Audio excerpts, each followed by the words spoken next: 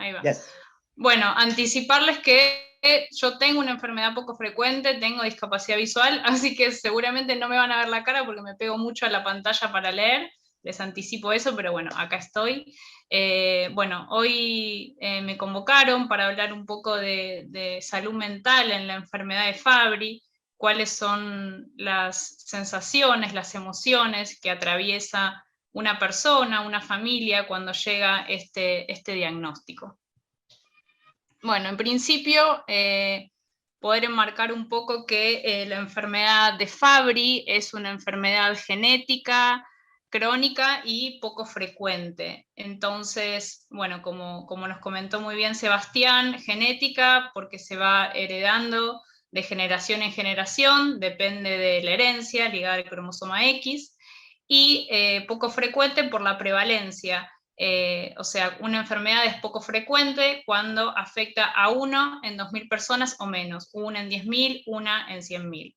Entonces, la enfermedad de Fabry es denominada una enfermedad poco frecuente, y lo que lleva a todo esto es esa odisea en la búsqueda del diagnóstico, así como él comentaba de este paciente de 25 años que desde muy chiquito tenía síntomas de dolor y los médicos no sabían qué es lo que tenía, qué es lo que le pasaba. Bueno, eso es lo que se denomina en las enfermedades poco frecuentes la odisea diagnóstica, desde que empiezan los primeros síntomas hasta que se llega al diagnóstico en el mejor de los casos, porque hay muchas de estas enfermedades poco frecuentes que los pacientes no logran llegar al diagnóstico y siguen en búsqueda.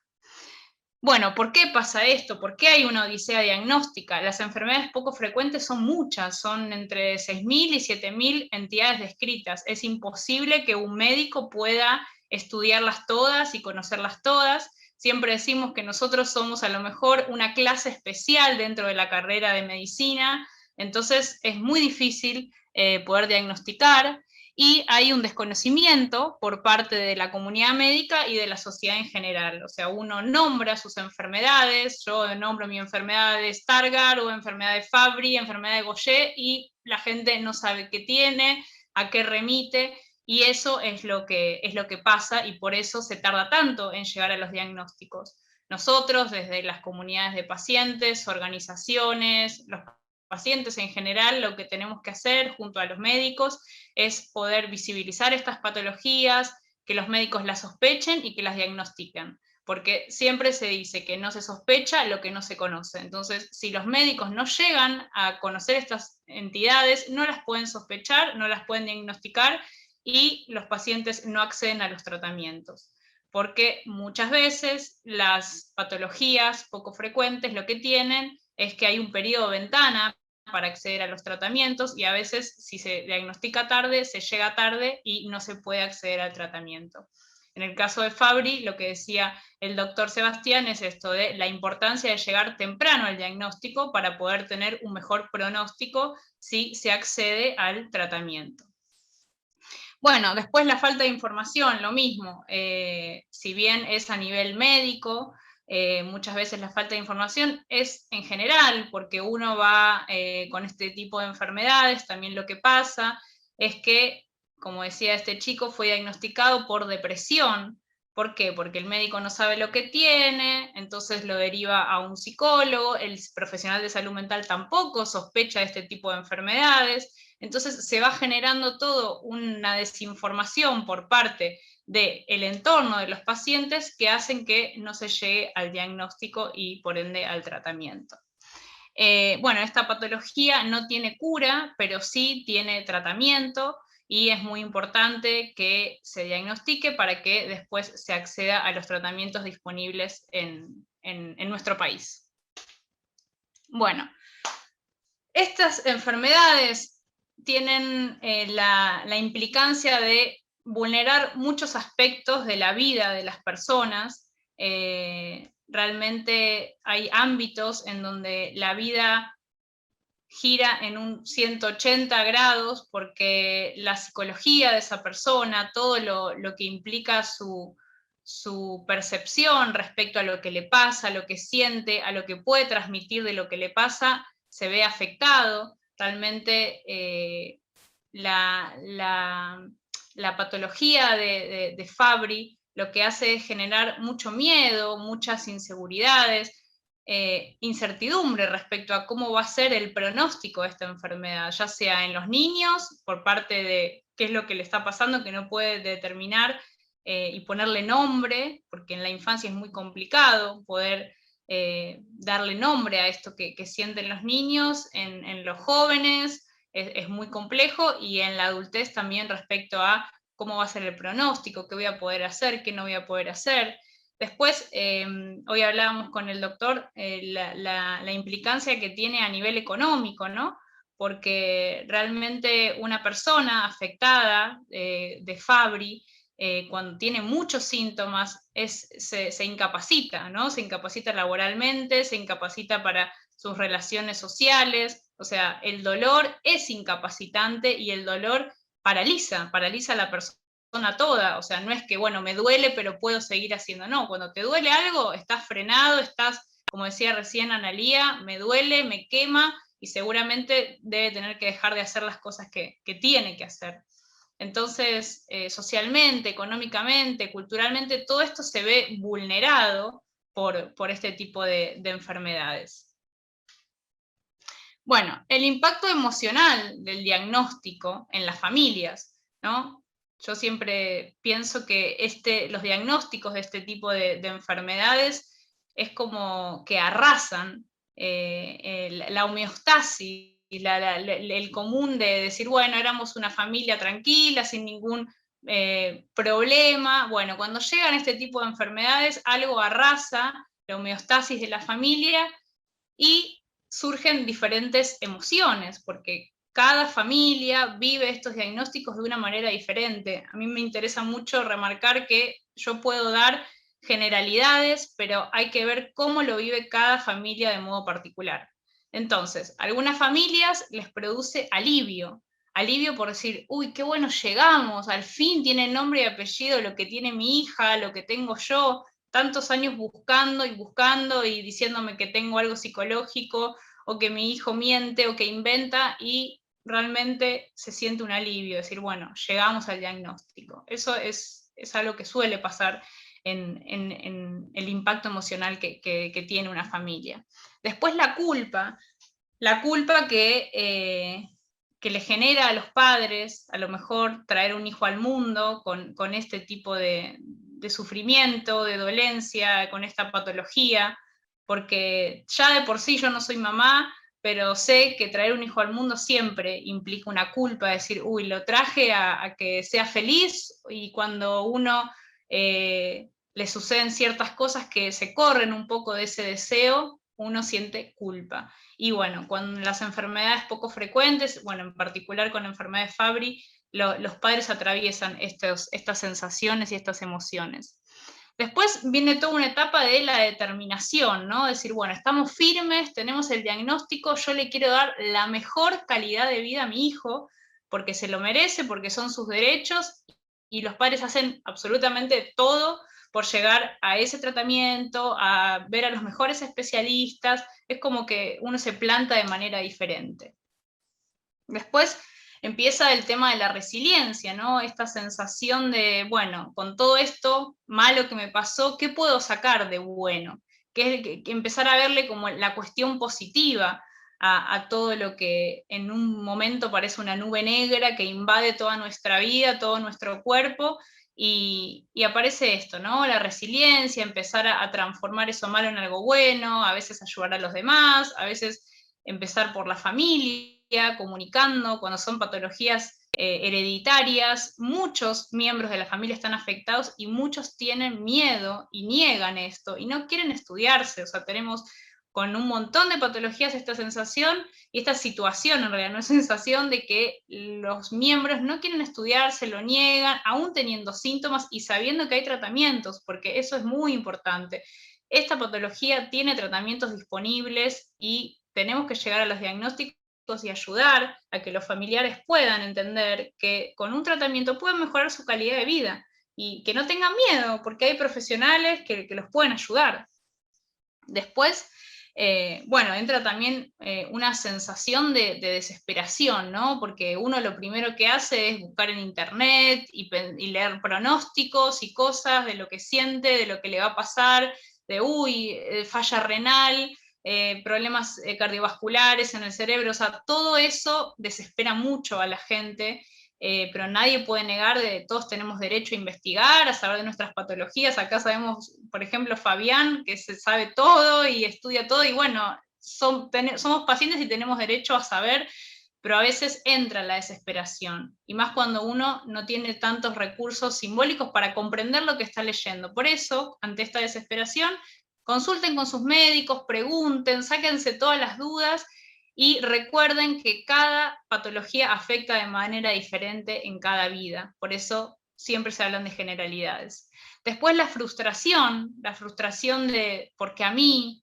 ¿Por qué tengo que estar atravesando esto? ¿Qué hice? Y bueno, y ahí cada uno le da la significación que quiere, ¿no? Está el que le da significación por medio de su religión, está el que dice para algo me tocó, bueno, cada uno con esa frustración hace algo diferente, y si no está quien se queda enojado y vive triste, y también esa gente existe. Uno trabajando en este tipo de organizaciones de pacientes se suele encontrar con el paciente como más empoderado, más fuerte, el que siempre sale adelante, pero no, hay pacientes que la pasan mal y que no salen a la vida diciendo, bueno, esto va a pasar y yo estoy fuerte y esto me fortalece. No, no, hay gente que realmente la pasa mal y tenemos que poder dar a luz a esa gente también, ¿no? Porque realmente existen, y a veces nosotros nos vinculamos como en un núcleo chiquitito de personas que son las que están fortalecidas y empoderadas, pero tenemos que poder ayudar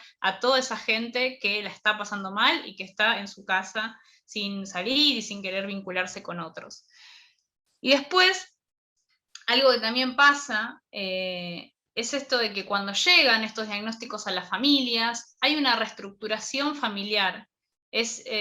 Siempre sucede que cuando, generalmente en los diagnósticos de niños o niñas, alguien se tiene que quedar al cuidado de ese niño que la está pasando mal, y se reestructura la familia. A lo mejor una familia de una mamá, un papá y hermanos, que ambos progenitores trabajan, uno de los dos no puede trabajar más porque se tiene que quedar al cuidado. ¿Por qué? Porque los niños necesitan ir a los controles médicos, muchas veces tienen crisis fuertes de Fabry que la madre o el padre, alguien tiene que asistirlos, un cuidador.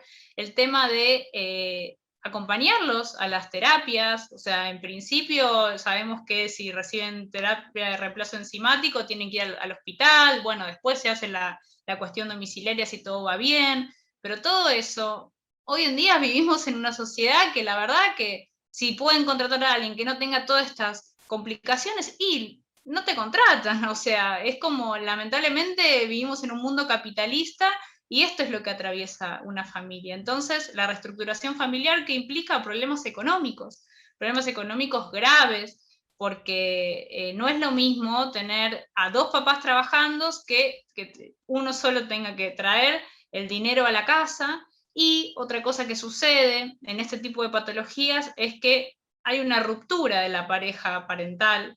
Muchas familias se terminan separando porque lo que implica toda esta bomba de la llegada de estos diagnósticos, en esta reestructuración familiar, la pareja se ve muy afectada. Tenemos en la gran mayoría parejas muy afectadas, y si no algunas que se súper fortalecen y arman un re equipo y ayudan mucho al hijo y a lo que sea, pero en muchos casos sucede eso, que las parejas se ven afectadas.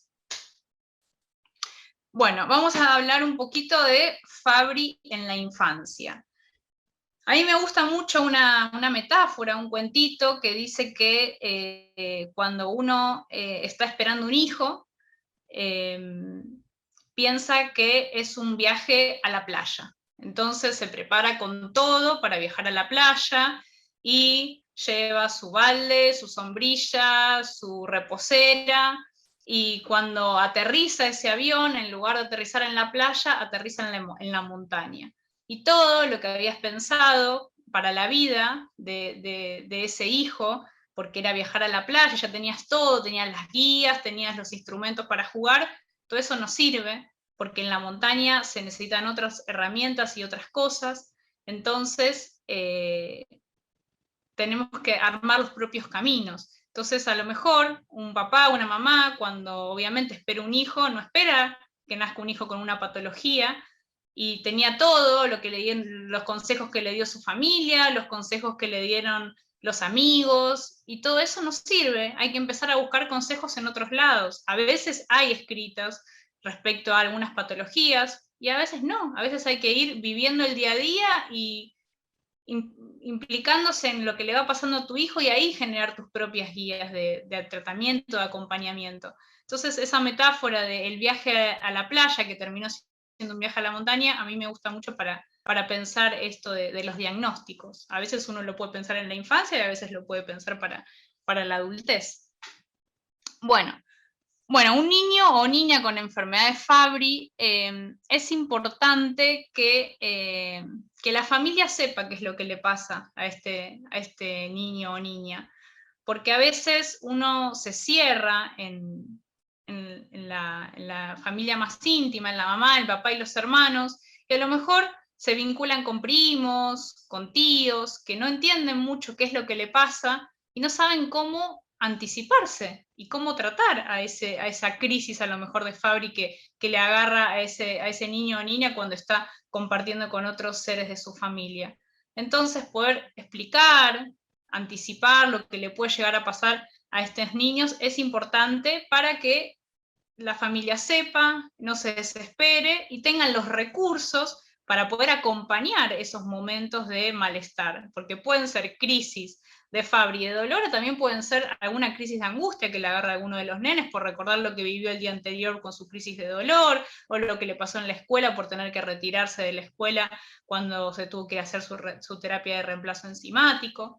Entonces, eso de contarle a la familia, al resto de la familia, es importante. Lo mismo a los amigos, a las amigas, cuando los chicos empiezan a socializar con otros compañeros, que uno le puede avisar a las mamás o a los papás de sus amigos, lo que tiene el hijo. O sea, realmente es en pos de mejorar la calidad de vida del nene o de la nena, no es para que sea estigmatizado o para que sea juzgado, al contrario, es para anticipar lo que le pasa y poder dar algunas herramientas de cómo actuar ante un momento crítico que se presente cuando se esté con esa niña o niño. Lo mismo para los maestros, hay que poder hablarle a los maestros de lo que le pasa a sus hijos, porque los maestros no las conocen, estas enfermedades. O sea, imagínense que si los médicos no pueden acceder a veces al diagnóstico, la sociedad entera no las conoce. Entonces, bueno, nosotros tenemos que ser, y ahí es como, bueno, nos tocó esto en la vida, y hay que poder acompañar a los hijos de la mejor manera, e informando a todos los círculos sociales en donde están nuestros hijos es muy, muy importante, y eso va a mejorar la calidad de vida de ese niño o niña en donde esté transitando.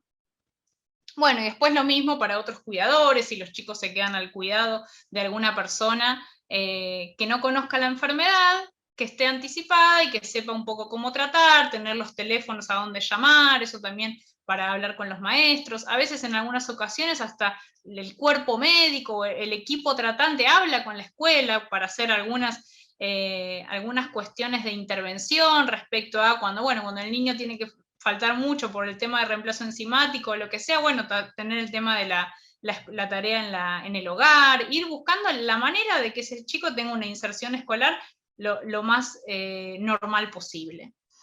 Bueno, el tema de el respeto en la escuela, si bien estamos diciendo todo esto de que el entorno sepa qué es lo que le pasa al niño, es importante que al niño se lo respete y que cuando se hable de todo lo que le pasa, sabemos que los chicos tienen vergüenza, que les da miedo también, que todos sepan qué es lo que le pasa, entonces respetar los espacios, los tiempos, y si se va a hablar de qué es lo que tiene el niño, hacerlo en un contexto en donde este chico no esté presenciando la situación.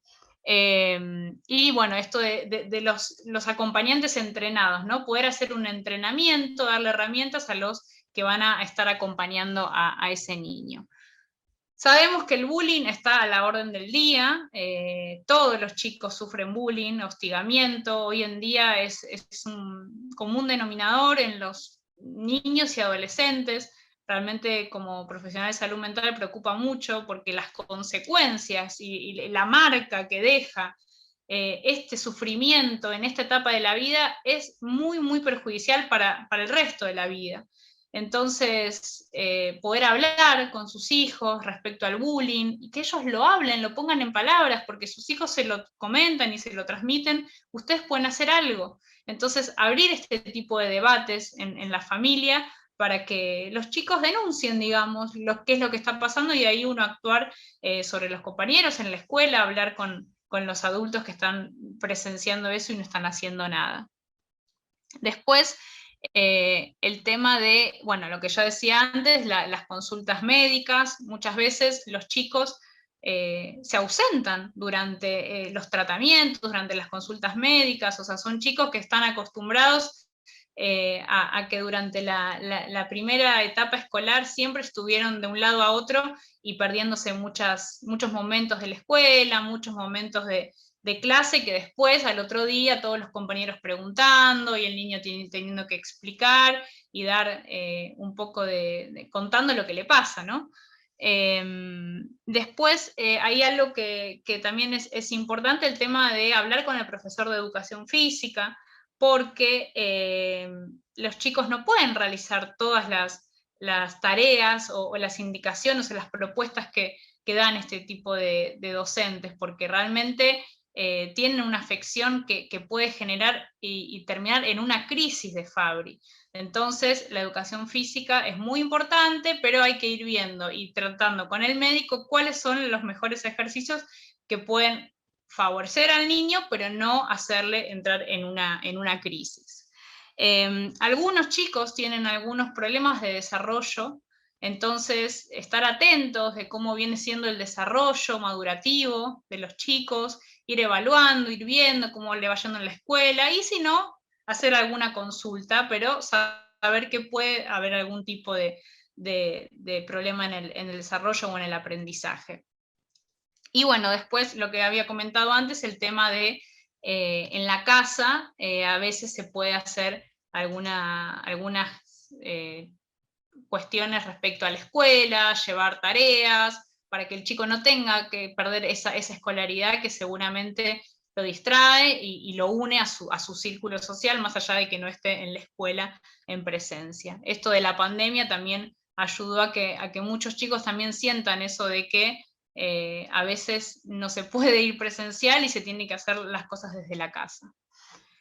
Bueno, después hay una cuestión que los chicos necesitan tiempos de descanso, o sea, cuando se sienten muy fatigados, muy cansados, con muchos síntomas, o con cuestiones esto del calor, como decía Sebastián, esto de no poder transpirar, implica que se sientan como sofocados. Entonces, es importante que todo su círculo sepa que estos chicos tienen que descansar y que ellos tienen que poder explicarlo y poner en palabras. A mí algo que me gusta mucho cuando yo trabajo en clínica con niños es esto de poder anticiparle al niño lo que le va a pasar. O sea, cuando llegan estos diagnósticos, los chicos necesitan saber con qué cosas se van a encontrar, qué cosas le pueden llegar a pasar y anticipar qué cosas tienen que hacer en esos momentos. Entonces, para cualquier chico, anticiparle lo que va a venir siempre baja un poco la cuestión de la ansiedad que le genera la vida en sí. Entonces, para chicos con este tipo de enfermedades, poder anticiparle todo, eso es muy importante. Y después, poder ver a tu hijo o a tu hija como un chico más allá de su enfermedad. Entonces no nos olvidemos que somos seres humanos, que somos sujetos deseantes, con ganas de vivir, y que después tenemos enfermedad de Fabry, después tenemos todo lo que sea. Primero somos, en este caso, Fabián, Analía, Alejandra, y después todo lo demás. Por eso también cuando hubo un cambio en la denominación de decir personas con discapacidad, y no personas especiales o personas con necesidades especiales. ¿Por qué? Porque se enfatiza en que primero somos personas, después viene todo lo demás. Y no nos olvidemos de eso, de disfrutar con los chicos, de ofrecerle una vida plena y sabiendo que a lo mejor sí tienen limitaciones, pero que pueden ser felices y pueden jugar y disfrutar de la vida como cualquier otro niño. Entonces, para eso les quería leer un poema que encontré, que me gustó mucho. Esperen un segundito. Dice así: sí, soy especial para ti y hoy te quiero contar para que veas que sí, que me puedo levantar, que puedo aprender. Soy un niño como los demás. Mírame bien, puedo jugar, puedo reír, puedo comprender. Quiero dar de mí lo mejor. Puedo ayudar a los demás. Puedo caminar junto a otros. Acéptame como soy. Quiero aprender, quiero soñar, quiero disfrutar la vida como tú, como uno más. Soy apenas un niño, nada más sencillo que eso. Necesito ser amado, comprendido, educado. Me gusta pintar, también bailar y actuar. Soy un atleta sin rival. Solo quisiera que tú me comprendas. Respeta mi ritmo, entiende mi tiempo. Espera un poquito, seguro que entiendo. Siente mi chispa, mi alegría y mi amor, para que puedas ver en mí lo que soy. Al igual que tú, tengo metas. Dame una mano y ayúdame en ellas. Acéptame como soy. Bueno, un poco esto de que más allá de que a veces los tiempos en los que los niños con enfermedades poco frecuentes o enfermedades Fabry son distintos, hay que poder acompañar ese tiempo y poder festejar cada logro en los niños. Bueno, ¿cómo se sienten los niños emocionalmente? Lo primero que se sienten es diferente a otros. ¿Por qué? Porque ¿por qué mamá o papá me tengo que ir antes de la escuela? ¿Por qué no puedo hacer educación física? ¿Por qué no puedo saltar o correr porque me agarra este sofoco? O sea, ¿por qué soy tan diferente? Eso es lo primero que sienten. Y ahí es cuando uno como adulto tiene que poder acompañar esos sentimientos y poder ofrecerle esta situación de que realmente sí, todos somos diferentes y a todos nos pasan diferentes cosas. Hablarle mucho, poner mucha palabra, no dejar librado al azar lo que pueda pensar tu hijo o tu hija. Siempre es mejor hablarlo. Y si uno no tiene herramientas, bueno, poder buscar con otros padres, con otras personas qué decir, qué hacer, pero el silencio nunca es beneficioso para estos momentos que los niños se encuentran con esos pares con los cuales no se sienten iguales. Después, bueno, esto también, se sienten aislados. ¿Por qué? Porque la sensación de que hay cosas que pueden hacer y hay cosas que no, y cuando se tienen que retirar de la escuela, tienen miedos muchos a que les vuelva a agarrar esa crisis que ya les pasó. Entonces, hay como una situación de que se paralizan, ¿no? De que no quieren a lo mejor hacer algunas cosas por miedo a que les vuelva a pasar. Se enojan, hay muchos chicos que en los síntomas que reflejan es mala conducta, enojo, malestar, y bueno, seguramente es por todo esto, ¿no? Por todo esto nuevo que les está pasando, que al principio, hasta que vieron a su médico y los diagnosticó, no se sabía. Entonces, todo esto de frustración y toda esta odisea diagnóstica que vive la familia, también lo viven los niños. A veces uno piensa que porque los niños no lo hablan, no lo viven, y sí, lo viven, y muchas veces lo manifiestan con otros síntomas, como puede ser el enojo, la furia, la rabia.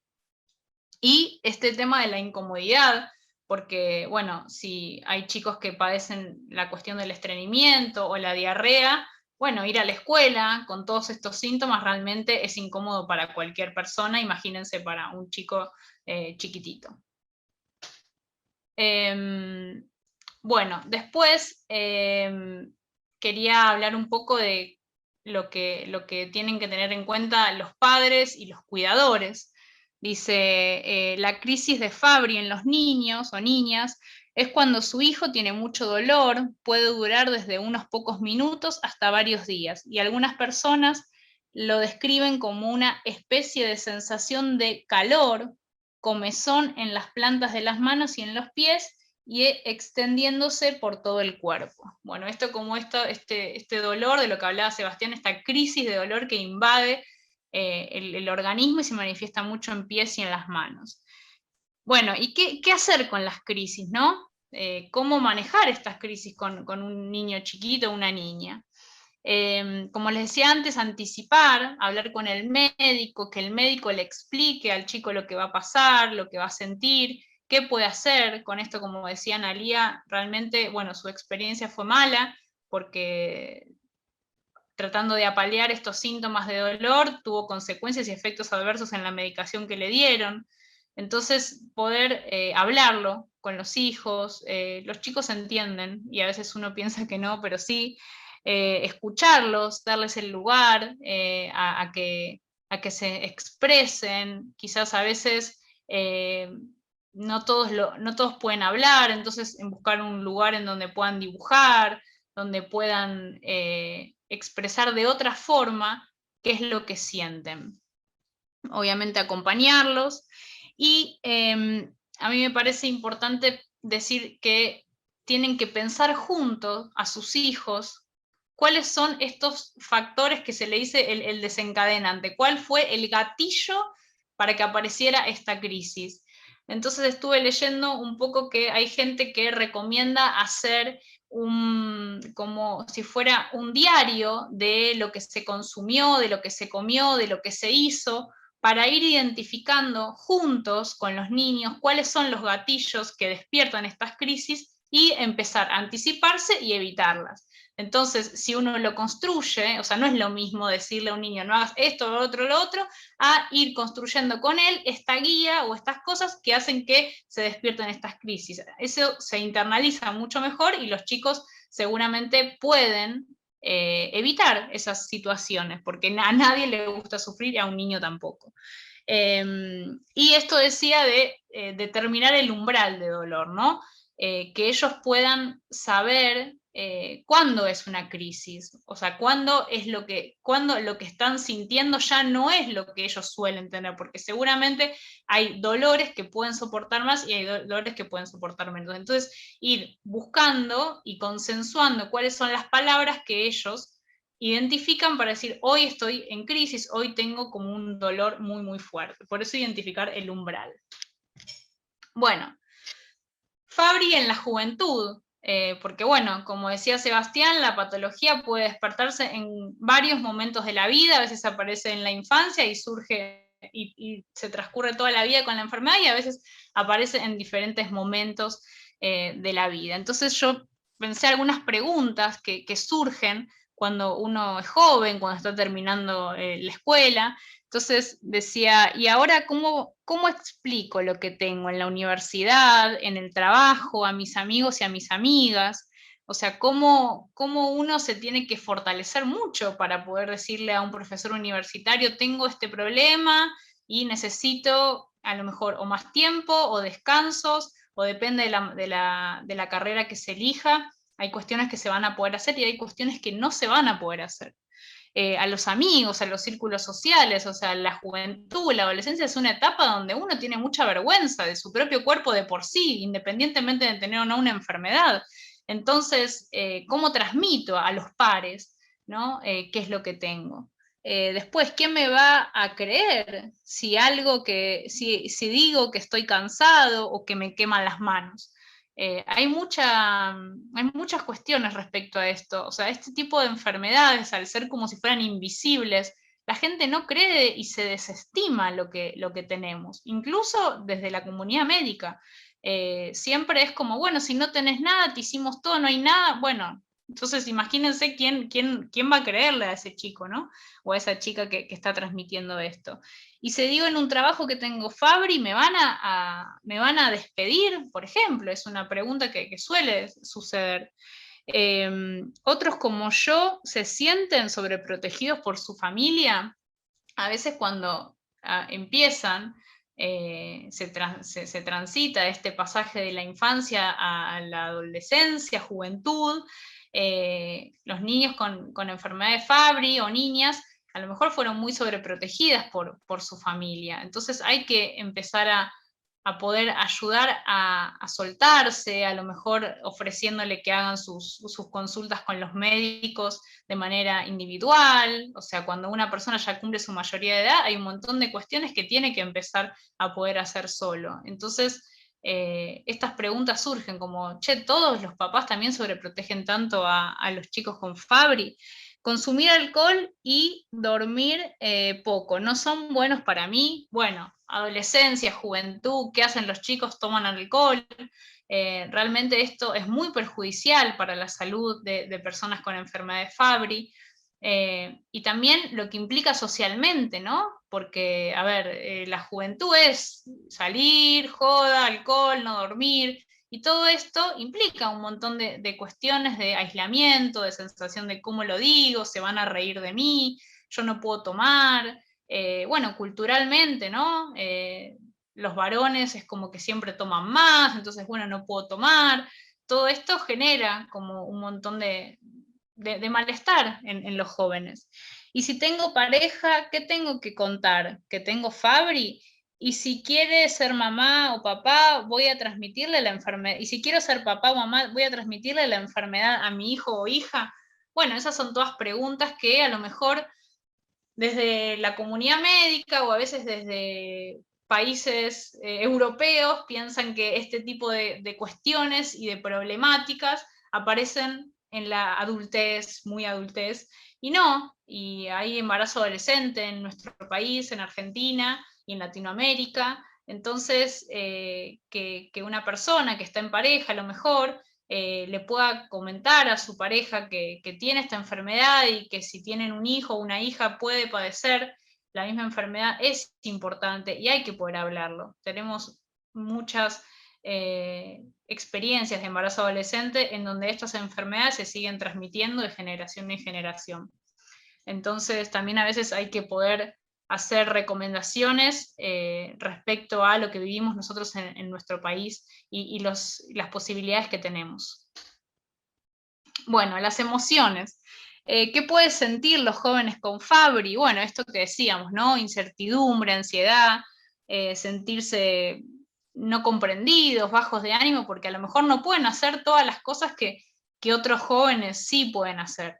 Entonces, acá vamos viendo cómo en cada etapa de la vida esta limitación que se sufre va afectando de manera diferente, ¿no? En los niños decíamos la cuestión de no poder hacer algunas actividades, ahora a lo mejor en la juventud no poder salir o no poder hacer algunas cosas que otros sí pueden hacer. Entonces todo eso va generando como un malestar, una ansiedad y la incertidumbre de, bueno, ¿qué me va a pasar? ¿Qué voy a poder hacer? ¿Qué no voy a poder hacer? ¿Voy a poder trabajar? ¿No voy a poder trabajar? Todo eso es muy común que se sienta. Bueno, respetar la intimidad, ¿no? Acá dice, es tu decisión a quién le hablas de Fabry y a quién no. Bueno, esto es importante que se pueda respetar. Si bien nosotros desde las organizaciones de pacientes y muchos médicos siempre se recomienda que se diga, y es lo que dije recién, es bueno que el entorno sepa qué es lo que se tiene, hay que poder respetar quienes no quieren decirlo, y quienes prefieren como mantenerlo en soledad. No es lo recomendable porque siempre no poder decirlo genera un poco de malestar y de incomprensión, porque los otros no saben qué es lo que te pasa, pero hay que respetarlo y hay gente que, bueno, que no quiere o que necesita un proceso distinto para poder contar lo que tiene. Y bueno, el tema de los vínculos sexoafectivos es lo que decía recién, en la adolescencia, juventud, empiezan este tipo de vínculos, uno empieza a tener relaciones sexuales y si bien es muy importante que se pueda contar que se tiene la enfermedad a la pareja o a la persona con la quien se tiene relaciones sexuales, lo mismo, hay que respetar los procesos y los tiempos de cada uno, pero sí hay que poder, hasta casi que es una cuestión de ética, poder decirle a tu partener sexual que tenés una enfermedad y que si van a tener un hijo o una hija puede llegar a, a heredar la enfermedad de Fabry. Bueno, ¿qué hacer con todo esto que te abruma, toda esta ansiedad, estas preguntas, este malestar? Bueno, como decía antes, comunicarle a los docentes sobre la enfermedad y las limitaciones, en este caso, bueno, ya cuando si se empieza una universidad, algo terciario, un profesorado, lo que se vaya a hacer post-secundaria, los docentes está bueno que lo sepan. No exigir al cuerpo y a la mente demasiado, porque todo esto son factores desencadenantes de crisis de Fabry. Yo siempre cuando digo todas estas cosas me siento un poco hipócrita porque digo, sí, todos tenemos que vivir sin estrés, pero ¿quién puede lograrlo? Bueno, son recomendaciones, hay personas que las pueden tomar y hay personas que no. Conocer tu cuerpo para encontrar qué cosas te relajan. A veces hay un montón de cuestiones que nos pueden relajar y nos pueden dar como esa sensación de estoy bien, estoy tranquilo. Bueno, ir conociendo a ver qué cosas son los que nos pueden dar esa sensación de bienestar. Hablar con tus vínculos de confianza, como decía, uno tiene que respetar a quien se lo quiere contar y a quien no. Entonces, cuando uno es joven, cuando es adolescente, a lo mejor tiene un grupito de amigos, un grupito más allegado con quienes puede contar, y esas personas hasta te hacen la gamba para el momento de la salida y que tenés que volver más temprano porque no puedes estar sin dormir, o te hacen la gamba con el tema del alcohol, dicen, no, yo tampoco tomo hoy, o sea, esto de poder ser empático con el resto, y si queremos empatía también tenemos que poder encontrar ese vínculo de confianza y contarles lo que necesitamos. Pedir ayuda al equipo tratante. A veces todos estos síntomas que decíamos de ansiedad, desesperación, malestar, generan una necesidad de poder tener un profesional de la salud mental que nos ayude, que nos acompañe. Bueno, pidamos ayuda, o sea, no hay ningún problema. Todos podemos atravesar una etapa de la vida en donde no podamos solos y no está mal. O sea, somos seres sociales y necesitamos ayuda del resto, y a veces una ayuda profesional, alguien totalmente externo que no conozca de nuestras vidas, que sea totalmente objetivo y neutral, nos puede ayudar mucho para salir adelante y poder sobrellevar obstáculos y malestares que nos están paralizando a hacer cuestiones de la vida cotidiana. ¿No? Como eso de identificar cuándo necesito ayuda. Bueno, si veo que hace un tiempo que la estoy pasando mal, que no me estoy sintiendo bien con mi cuerpo, con mis metas, no estoy teniendo proyectos y un montón de cosas que genera a veces la enfermedad de Fabry y a veces no, bueno, pidamos ayuda que seguramente nos vamos a poder sentir mejor. Bueno, buscar la autonomía y la independencia, lo que decía antes, cuando llega esta etapa de la adolescencia, de la juventud, bueno, se necesita estar más autónomo, a lo mejor gestionar uno las cuestiones del médico, los profesionales a los que tiene que asistir, la adherencia al tratamiento, responsabilizarse de yo soy quien tengo que recibir esa terapia, entonces yo tengo que responsabilizarme de cómo me tengo que preparar, qué es lo que si tengo que tomar una pastilla todos los días, bueno, qué es lo que tengo que tomar, a qué hora, qué días, poner las alarmas, bueno, gestionar uno su enfermedad, ¿no? Hacer ejercicio, eso sí, consultar con el médico, porque hay algunos ejercicios que pueden hacer disparar una crisis de Fabry, entonces, así como decíamos para los niños, también en todas las etapas de la vida, cuando se haga ejercicio, es importante consultar con el médico a ver cuáles son los que se pueden hacer. Hablar con otros jóvenes con enfermedades poco frecuentes, eso a mí me gusta mucho, a mí me ayudó mucho en mi momento, cuando tuve el diagnóstico de mi enfermedad y estuve conociendo otros chicos que les pasaba lo mismo, realmente alivia, sana, es muy lindo. El año pasado en ALA creamos un grupo de jóvenes y hoy en día sigue existiendo, así que si alguno tiene algún joven o adolescente, pues también tenemos un grupo para adolescentes con alguna de estas enfermedades o con enfermedades Fabry, es importante que los inviten a participar de este tipo de grupos en donde se sienten cómodos, pueden hablar a veces de su patología, a veces no, pero uno se siente escuchado y siente que habla como en el mismo idioma, como, uy, me están entendiendo. Al final hay otros que son, como se dice, bueno, hay otros raros como yo, porque uno se siente raro, uno se siente diferente y no se puede negar, ¿no? Si bien los papás y las mamás siempre nos quieren hacer sentir que todo está bien y que todo el mundo le pasan cosas, cuando uno tiene una enfermedad poco frecuente, la verdad que se siente mal, se siente solo, y siempre estar con otros que les pasa algo parecido sana, alivia y ayuda un montonazo. Y después ir generando una red de apoyo. Si bien la familia es una red de apoyo muy importante, poder generar la red de apoyo de los amigos, de los compañeros, que en la universidad, en los estudios terciarios te puedan acompañar cuando vos no puedes estar. Y también los médicos, ¿no? Los médicos son una gran red de apoyo. El equipo tratante es una red que nos ayuda, que nos alivia y que nos da tranquilidad de que no estamos solos. Bueno, Fabry en la adultez. Bueno, una cuestión que mencionó mucho el doctor es esto del dolor crónico, ¿no? El dolor, una persona con enfermedad de Fabry, dependiendo de en qué momento se le despierte la enfermedad o empieza a tener síntomas, el dolor crónico lo va a acompañar y hay un montón de cosas que van a hacer que ese dolor pueda bajar su intensidad. Pero hay un montón de cosas a nivel emocional que implica este dolor crónico que son muy difíciles de apalear y muy difíciles de generalizar porque cada uno vive el dolor de una forma diferente. Entonces yo acá hice algunas preguntas como ¿cómo describir el dolor? Todos tienen diferentes formas de percibirlo. ¿Cómo lo definimos? ¿Quién puede entender mi dolor? O sea, un médico, un psicólogo, una psicóloga, una médica, todos podemos ser empáticos y saber que al otro le está pasando algo y le está doliendo, pero solo uno puede entender su dolor. Entonces les quería compartir un texto que habla de la antropología del dolor, que también es muy, muy lindo. Ahora se los voy a leer. Un segundito.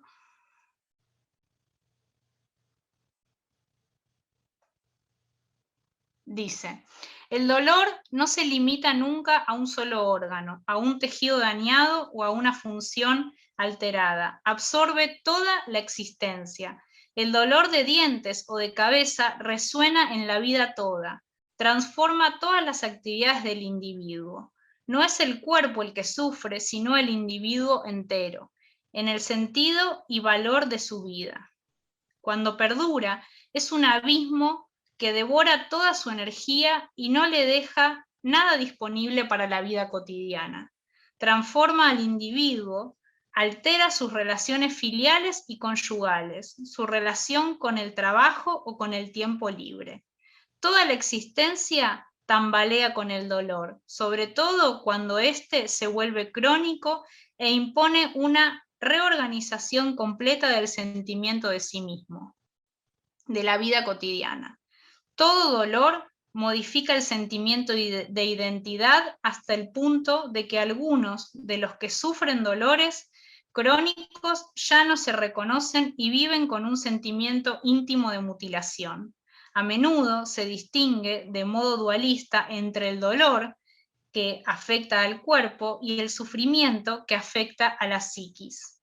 Esta distinción opone al cuerpo y a la persona como dos realidades de naturaleza diferente, haciendo así del individuo un collage surrealista entre un alma y un cuerpo.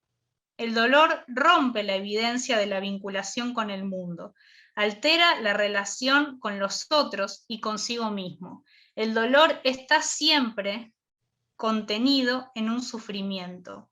Este último, el sufrimiento, es la resonancia íntima del dolor, su medida subjetiva. Es lo que el individuo hace con su dolor. No es nunca la simple prolongación de una alteración orgánica, sino una actividad de sentido, una relación personal con su dolencia. Bueno, este texto lo conocemos con Ale, pues estuvimos preparando un trabajo sobre el dolor y a mí me resuena mucho. Creo que todos los que alguna vez sufrieron dolor crónico se van a sentir identificados con esta sensación de que todo es invadido, por este dolor, y lo que se necesita es empatía por parte de los otros, porque uno solo sabe lo que siente, pero también uno tiene que saber que este dolor altera todas las relaciones que tenemos. Toda la gente que nos rodea seguramente percibe que estamos mal y muchas veces las relaciones filiales, conyugales, con los hijos, con los maridos, con las parejas, se ven alteradas y afectadas, porque nadie puede estar bien cuando tiene un dolor que le invade todo el cuerpo. Entonces, poder también desde nuestro lugar, desde el lugar de los pacientes, poder poner en palabras para los otros que hoy a veces no tengo, o sea, hoy no tengo un buen día, por ejemplo, hoy estoy mal, estoy con dolor,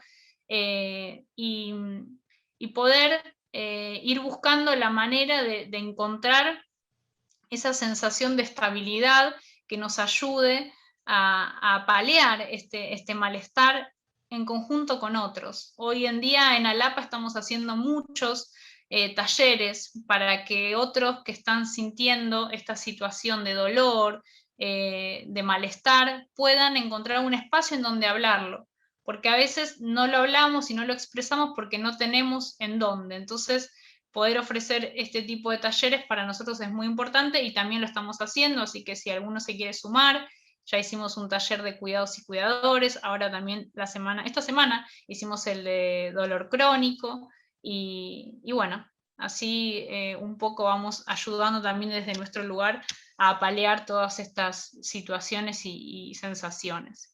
Bueno, ¿qué siente un adulto con Fabry? Además de sufrir problemas físicos, tales como el dolor y la fatiga, lo que veníamos diciendo recién, es normal que las personas con la enfermedad de Fabry experimenten sentimientos de incertidumbre, miedo al futuro, aislamiento y tristeza. Bueno, esto es lo que venimos hablando.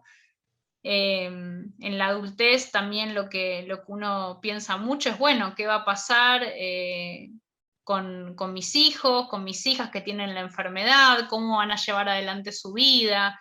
Son todos estos miedos que nos acompañan durante toda la vida. La culpa de a veces de traer un hijo al mundo, como decía antes, que la tiene cualquier padre, va atravesando y es transversal a todo el recorrido de la vida. Entonces, cuando uno tiene un hijo, una hija con enfermedad de Fabry, seguramente hay un gran enigma de qué va a pasar, cómo va a ser el futuro de mi hijo o mi hija, va a poder resolver sus cuestiones laborales, conyugales, de pareja, voy a tener nietos, no voy a tener nietos, qué postura voy a tomar si ellos deciden tener hijos a pesar de la enfermedad. Todas esas son cuestiones que uno se va preguntando, que se va generando esos interrogantes y que a veces necesitamos espacios para poder debatir y sacarlos a la luz, todos esos sentimientos que pasa uno en la adultez. Bueno, y ahora esto de qué puede aportar la psicología en la vida de un paciente, ¿no? Como yo les decía, es difícil hacer este tipo de talleres porque a mí no me gusta hablar de generalidades, me gusta pensar en que cada paciente transita su enfermedad de una forma diferente, pero me gusta también poder mostrar cuáles son las herramientas que se pueden ofrecer desde el lugar de la psicología, desde los lugares de organizaciones de pacientes, y entonces le voy a leer un fragmento más del texto que leí recién de Antropología del Dolor, que me gustó mucho también, que dice así, es cortito, ya termino. Dice, si en un primer momento el saber médico desprende el organismo del paciente para observar los alcances de una fisiología indiferente, en un segundo momento la tarea de la clínica es justamente rehacer la unidad de la persona. O sea, la tarea de la clínica, de la parte de la salud mental, es poder rehacer la unidad, unificar todo esto que le pasa en el cuerpo y en el alma a la persona, ¿no? Tomando en cuenta su testimonio y su historia de vida. La clínica vuelve a unir lo universal del organismo con la singularidad del paciente, con su historia de vida y su visión personal de los problemas que lo aquejan, para poder elaborar así una atención que sea ella misma singularizada. Se trata de sanar al enfermo y no a la enfermedad, cuidar y no solo dar cuidados. La tecnicidad de los cuidados médicos y de enfermería reclama una atención a la singularidad de un enfermo, que es el único que puede dar testimonio de lo que experimenta. El alivio eficaz del dolor exige una medicina centrada en la persona y no solo en los parámetros biológicos. Bueno, es esto, ¿no? De que no solo necesitamos bienestar orgánico, si no tenemos un bienestar psíquico y emocional, no vamos a poder estar bien, no nos vamos a sentir bien y no vamos a poder transitar la vida de la mejor manera. Sepan que para tener una mejor calidad de vida tienen que sentirse bien orgánicamente y por eso hay que hacer todos los tratamientos y lograr una adherencia, pero también es muy, muy importante poder sentirse bien emocionalmente y anímicamente. Entonces, bueno, este fragmento del texto a mí me gusta mucho porque habla de eso, ¿no? De que podamos corrernos una vez de que esté resuelto el tema orgánico, poder darle lugar a la subjetividad de cada persona y de cómo transita su padecimiento. Bueno, vida cotidiana. Como habíamos dicho antes, en el empleo, la vida laboral se altera en la enfermedad de Fabry, debido a que la fatiga y el dolor a veces son incapacitantes. Realmente la persona se incapacita, como decía Sebastián, en los varones muy, muy afectados. Las cuestiones de desarrollo laboral se complican mucho. Bueno, hacer redes de apoyo, esto ya lo mencioné, es vital tener una red de vínculos que acompañen a las personas con enfermedad de Fabry en los diferentes momentos que transitan, que atraviesan. Y algo que les quería mencionar antes de finalizar es esta cuestión del acceso a la salud. Muchas veces estas enfermedades tienen tratamientos de altísimo precio, no son de alto costo porque no sabemos, no hay una ley del costo de transparencia de los medicamentos, entonces realmente no se sabe, son de muy alto precio y un gran obstáculo para acceder a todos los tratamientos y lograr la adherencia que todos los médicos nos piden y nos proponen es la cuestión del acceso. Muchas veces cuando se recibe el diagnóstico y el médico prescribe un tratamiento, el acceso a ese tratamiento es imposible a nivel nacional y a nivel latinoamericano. Los pacientes no pueden acceder a los tratamientos, las obras sociales, las prepagas no los están cubriendo.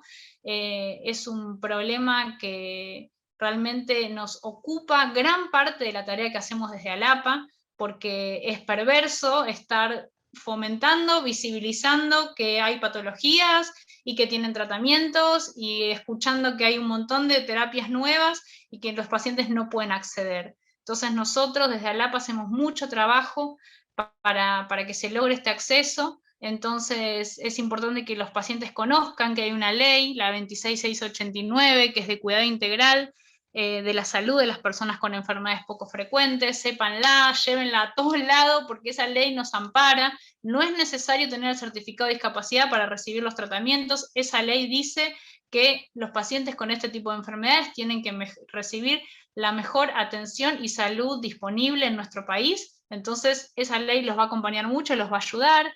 Después sí, sacar el certificado de discapacidad, porque el certificado de discapacidad nos da un montonazo de ayudas y de herramientas para mejorar nuestra calidad de vida.